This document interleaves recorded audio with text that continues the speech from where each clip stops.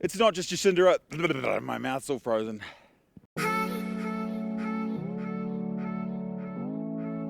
It's not just Jacinda Ardern's well-being approach that has her in hot demand. When she's not being mobbed by foreign media, she's on stage, she's centre stage, even sharing it with royalty.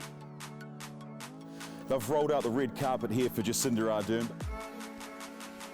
So this is a 3-day conference. The first day was all about hearing from the victims and hearing a few of those initial responses from the church leaders. Today, day 2 is expected to be the same, but the main day, day 3, is all about hearing from the church and hearing about accountability.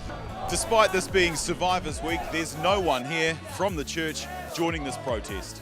And some are now calling this just a talk fest. Police were called, a building was evacuated, suspicious packages that were found out at Heathrow at London City Airport. And then there's Theresa May's deal. It might not be dead. Yes, it has been voted down twice, but it'll have a third and final vote next week. Most trusted official, actually, her chief Brexit negotiator. Dominant topic over here. Everyone's still talking about it, and they are sending a lot of love back home to New Zealand. Get together with all of these Kiwis to have this vigil here. Seeing Christchurch written on sides alongside the names of cities where other terror attacks have happened is really hard to believe. The Organisation of Islamic Cooperation, they are solely looking at the Christchurch terror attacks. That's the main reason that Winston Peters is here, but he will also have the chance to talk to President Erdogan. After the event wrapped up here, President Erdogan invited Winston Peters for an impromptu bilateral. They are official talks, and in those official talks, those controversial comments made by President Erdogan last week were not raised. Overwhelming sense of disbelief that this has happened. Literally at the heart of Paris. And now seeing it fall, there's no word for it. Everywhere you look, there's reassurance that it is safe and secure.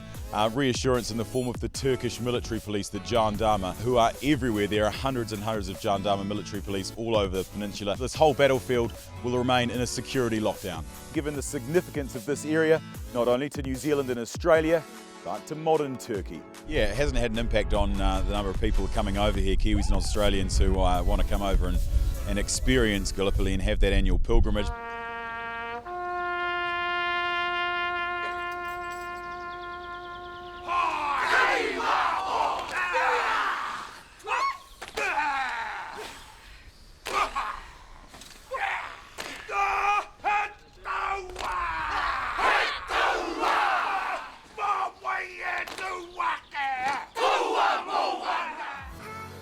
Yes, well, the great wait continues here in Windsor, Tom, but has the Duchess already given birth? The Christchurch call is the starting blocks, that this is the first time ever that tech companies and world leaders have come together. But a hell of a lot more needs to be done to make the Christchurch call worthwhile. Brexit's now claimed the political scalps of 2 prime ministers. Theresa May is expected to make a speech here today. She'll outline the timeline when she will resign. Once Boris takes over, you can expect mass resignations. 10,000 police officers have been drafted into London especially for this visit, the security bill of which is expected to be north of £25 million. And then there's a cost to business as well. The road closures, the bus and train disruptions in parts of the central city on lockdown. So Donald Trump's time in London has come to an end. He's en route to Portsmouth here, where they're having a commemoration of the 75th anniversary of the D-Day landings. Portsmouth is where a lot of the landing craft departed from in 1944 en route to Normandy. While no New Zealand military units landed on the beaches, plenty of Kiwis did as part of the Merchant Navy, the Royal Navy and the Royal Air Force. While Brett Lee's predicting a Black Caps final here at Lord's next month, others are writing us off. The Black Caps have lost the last 3 games they've played here, a losing streak they hope to break when this place fills with more than 15,000 spectators. There are 23,000 seats here at Old Trafford and the game is already a sellout. And with 1.5 million Indians living in the UK, it's not hard to guess which side the vast majority of this crowd will be supporting.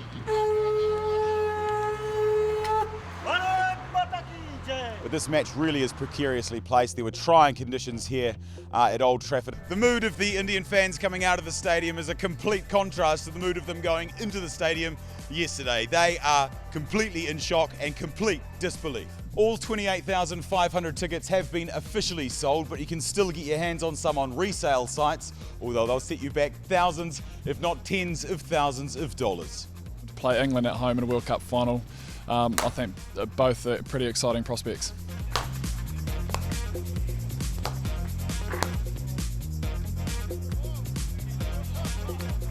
But already hundreds of people have started lining up outside Lords, and that will continue to grow over the next couple of hours. You'll never see a game of cricket like that again, I don't think. It was just a fantastic finish to a game and a campaign over here in England. So, Sir Mark, a huge day for you. What's behind this decision? Well, it's not something we've sort of just come up with lightly. Been thinking about, when's a good time to end my career. There's no prehistoric monster in the lake. No, but we haven't found any evidence of reptilian DNA and no evidence of a plesiosaur or any other sort of extinct reptile.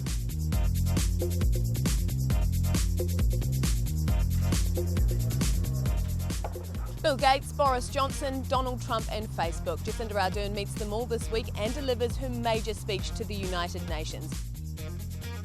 White gloves, a sterling silver teapot, and 85-degree mineral water gracefully falling into a fine bone china teacup.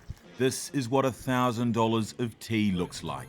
This is Fort Pen Streich. I think that's how you say it anyway. It stole the title of the world's steepest street from Dunedin's Baldwin Street in July. But a surveyor from Dunedin, Toby Stoff, disputes the method used to measure the steepness of the street. It was measured on the steepest part on the curb rather than down the middle of the road, and he says that exaggerates its steepness. This is President Trump's third visit to London, and again there are thousands and thousands of protesters, but they're not just anti-Trump protesters, it seems they're anti-everything protesters.